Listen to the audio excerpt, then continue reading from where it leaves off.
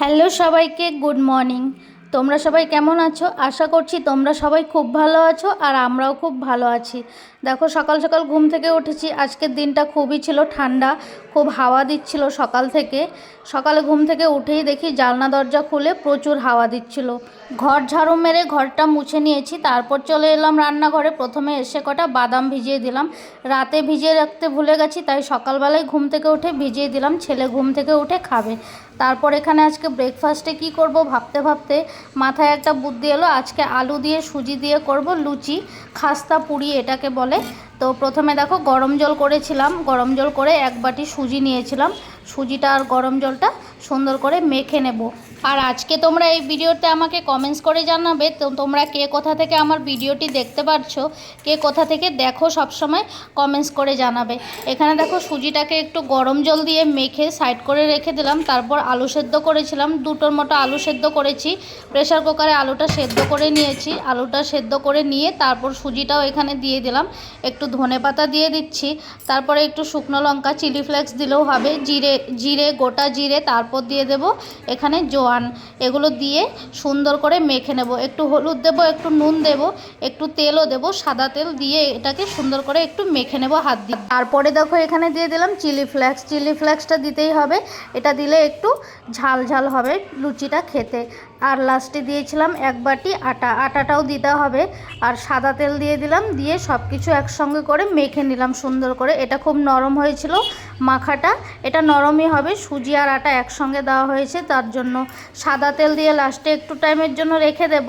কিছুক্ষণ পর আবার লুচির মতো করে ছোট ছোট করে এটাকে বেলে নিচ্ছে। এখানে খুব আস্তে আস্তে বেলতে হবে, বেশি জোর দিয়ে বেলা যাবে না, বেশি জোর দিয়ে বেললে জিনিসটা ভেঙে যাবে, ফেটে যাবে। তারপর এখানে ছোট ছোট করে আমি বেলে নিচ্ছি। এখন আস্তে আস্তে করে এগুলোকে বেলে নিয়ে ভেজে নেব। এই পুরিটা তোমরা কিন্তু বানিয়ে খেতে পারো, খেতে খুব টেস্ট হয়। ধনেপাতা দিয়েছি এটাতে, ধনেপাতার জন্য টেস্টটা আরও বেশি হয়। তারপর লাস্টে দেখো এখানে ভেজে নিচ্ছি। এটা কিন্তু খুব সুন্দর ফুলে এই পুরিটা।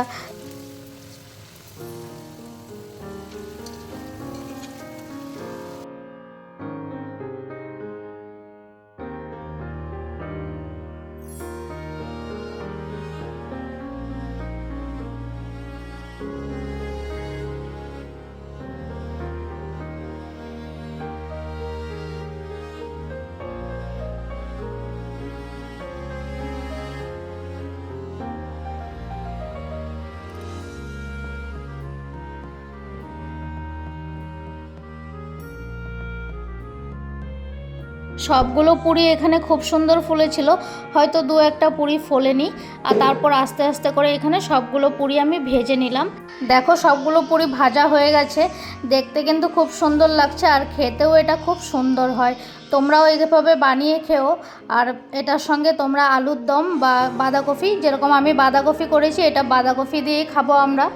আর এই দিকটায় বসিয়ে দিচ্ছিলাম চা। আজকে চাটা লাস্টেই বানিয়ে নিচ্ছি, কারণ বরমশাই আর ছেলে তো ঘুমিয়েছিল, ওর জন্য দুধ আর আমাদের জন্য চাটা বানিয়ে নিলাম। ওর দুধে দিয়ে দিলাম বর্নভিটা। আর এখানে লুচিটাও রেডি করে নিয়েছি, বরকে দেবো খেতে।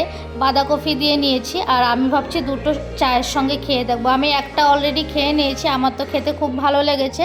লুচিটা নরম হয় না বেশি, খাস্তা, একদম খাস্তা টাইপের হয় এই লুচিটা খেতে। তারপর দেখো চলে এলাম ব্রেকফাস্ট করতে। এখন হয়তো কটা বাজে, 10টা বাজে।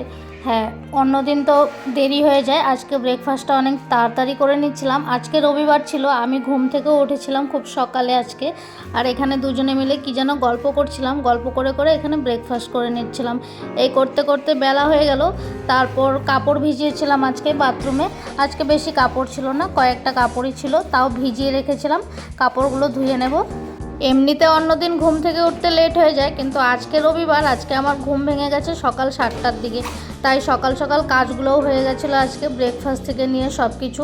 রান্নাটাও আজকে তাড়াতাড়ি হয়ে যাবে। দুপুরবেলার কাপড় কয়েকটা ধুয়ে দিয়ে মেলে দিলাম, ব্যালকনিতেই মেলে দিচ্ছি। লিফটের কাজ এখনও পুরো হয়নি, তাই আর ছাদে এখনও যাই না কাপড় মেলতে।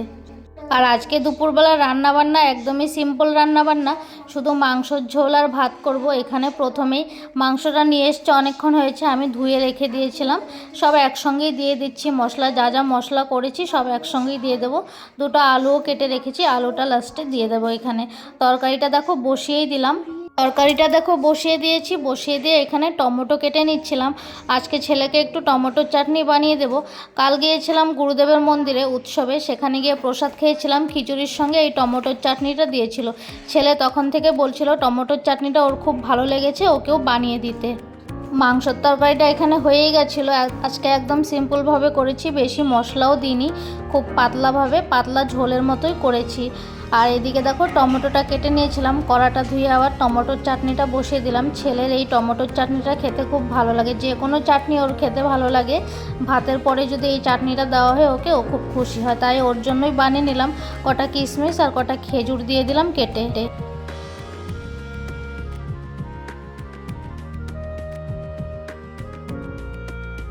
খাবার দাবার শেষ করে একদম তোমাদের সঙ্গে দেখা হলো আবার সন্ধ্যাবেলা দেখো আজকে একটা খাট আনা হচ্ছিল।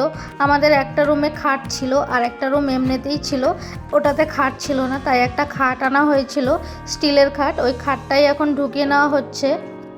খাটটাকে এখানে ঘরে ঢুকিয়ে নেওয়া হচ্ছিলো। খাটটা ঘরে ঢুকিয়ে নিয়ে তারপর দেখো এখানে আমরা চলে এলাম আবার একটু কিছু খেতে সন্ধ্যাবেলা। ছেলের জন্য এখানে রাবড়ি নিয়ে এসেছিলো আর আমার জন্য চিকেন চাউমিন। আর বরমশাই তো সবসময় রোল খেতে ভালোবাসে, তাই ওর জন্য রোল নিয়ে এসেছিলো। আর আজকের ভিডিওটি তোমাদের কেমন লাগলো অবশ্যই কিন্তু কমেন্টস করে জানিও। যারা আমার ভিডিও নতুন দেখছো আমার চ্যানেলটিকে সাবস্ক্রাইব করে পাশে থেকো। আমি আবারও একটা নতুন ভিডিও নিয়ে আসবো তোমাদের জন্য। ভিডিও ভালো লাগলে লাইক শেয়ার কমেন্ট করতে কিন্তু ভুলবে না। আজকের জন্য ভিডিওটা এখানেই শেষ করে দিচ্ছি। তোমরা খুব ভালো থেকো, সুস্থ থেকো। আবার আসবো নতুন একটা ভিডিও নিয়ে। Tata, bye bye.